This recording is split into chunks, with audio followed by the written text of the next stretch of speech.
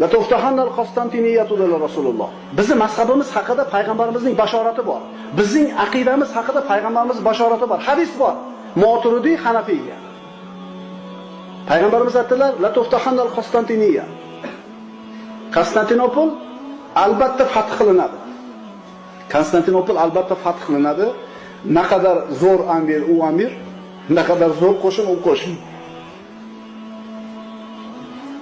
800 yildan keyin bu hadis ro'yobga tushdi. Sahobalar olisha olmadi, tobiinlar olisha olmadi.